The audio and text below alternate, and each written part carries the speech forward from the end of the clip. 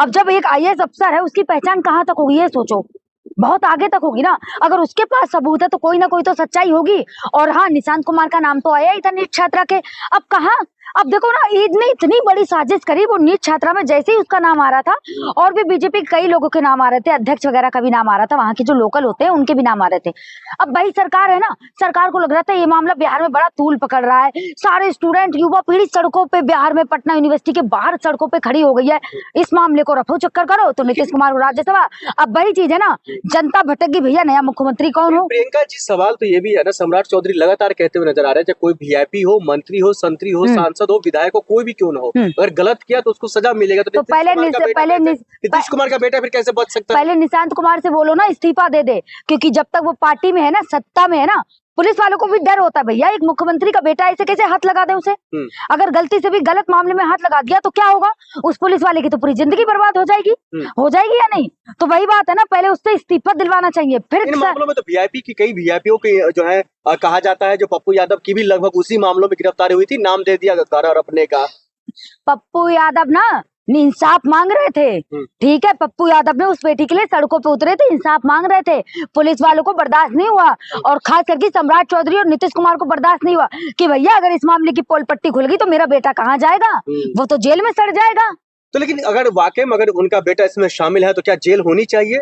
मैं तो कहूंगी पूरे बिहार की ना युवा पीढ़ी को सड़कों पे आ जाना चाहिए, क्योंकि अगर निशांत कुमार का नाम है ना, उससे इस्तीफा दिलवाओ, सही तरीके से जांच करवाओ, और अगर उसका नाम आता है ना सही तरीके से, उसको जेल में चक्की पिसवानी चाहिए। क्यों? क्योंकि अगर मुख्यमंत्री का भी बेटा है तो क्या हुआ, तो क्राइम करेगा, बेटियों के साथ गलत करेगा। एक तरफ पिता 10-10 हजार रुपए बांटे महिलाओं को, और बेटा क्या करे, महिलाओं को उठाकर ही ले जाए। लेकिन आप ही बताइए, जो नीतीश कुमार है, नीतीश कुमार महिलाओं को इतना सम्मान करते हैं, उनका बेटा कैसे इन मामलों में फंस सकते हैं? उनका बेटा सही बात बताऊं ना, सही बात बताऊं ना, तेजस्वी यादव ने कहा था ना, चच्चा का मानसिक संतुलन बिगड़ गया। मुझे चच्चा का नहीं लगता, मुझे लगता है ना बेटा, ठीक है, मुझे लगता है कि बेटा का बिगड़ा है। क्यों? देखा नहीं बैठने का स्टाइल, ऐसे कौन बैठता है भैया? सबका अपना छोटे छोटे बच्चे होते हैं ना, उन्हें भी तमीज होती है कि सरकारी अफसर पास में बैठा है तो हम थोड़ा तमीज से, तहजीब से बैठे। मतलब इतने बड़े 18-25 साल के लड़के को तमीज नहीं है कि कैसे बैठना चाहिए, कैसे खड़े होना चाहिए। मुख्यमंत्री जी का बेटा है, कहा जाता है अगला मुख्यमंत्री बन सकता है। भैया अगर वो अगला मुख्यमंत्री बन गया ना निशांत कुमार, मैं कह रही हूँ बिहार का ना बेड़ा गर्क हो जाएगा। बिहार में जो आज महिलाएं है ना ढंग से चल रही है, बेड़ा गर्क हो जाएगा, महिलाएं चल नहीं पाएंगी, खाने को तरस जाएंगी, इतना याद रखो। और तुम भी बिहार के हो ना, और तुम निशांत कुमार के समर्थन है बोल रहे हो। भाई कितना पैसा दे दिया नीतीश कुमार ने तुम्हें? अरे देख रहे, तुम्हें कितना पैसा दिया, तुम्हें कितना पैसा दे दिया नीतीश कुमार ने अपने बेटे को मुख्यमंत्री की खबरें फैलाने के लिए? तुम्हें कितना पैसा दिया? अरे उन्होंने ये बताओ तो बनाया, तुम्हें कितना पैसा दिया? से मुक्त करवाया है, गुंडा माफियों से मुक्त करवाया है, अपने बेटे से भी मुक्त करा दे। जब से सम्राट, अरे भैया अपने बेटे से मुक्त करा दे नीतीश कुमार जी, अपने बेटे से मुक्त करा दीजिए अपनी पार्टी, वरना आपकी पार्टी ना, आप राज्यसभा चले जाएंगे, आपका बेटा ना आपकी पार्टी खत्म कर देगा।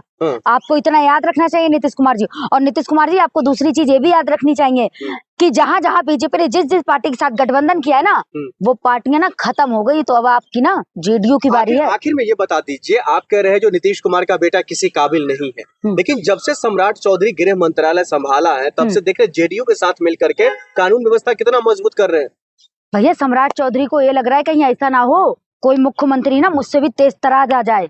सम्राट चौधरी को ये डर है कि बीजेपी मुझे तो मुख्यमंत्री बनाएगी नहीं, कहीं किसी दूसरे को ना लिया है, इसलिए ना सम्राट चौधरी पूरी पार्टी से गठबंधन में है। इतना मजबूत नेता कैसे मिल सकता है कोई भारतीय जनता पार्टी को? आप कह रहे हैं अरे भैया अगर ऐसा होता ना तो अब तक ना अनाउंस हो जाता कि सम्राट चौधरी मुख्यमंत्री बन रहा है। काहे नहीं कर दे रहे? मोदी जी को डर है, बंगाल हारने का डर है क्या, कि अगर बिहार में कोई ऐसा वैसा नेता बना दे तो हार जाएंगे, बंगाल हारने का डर है?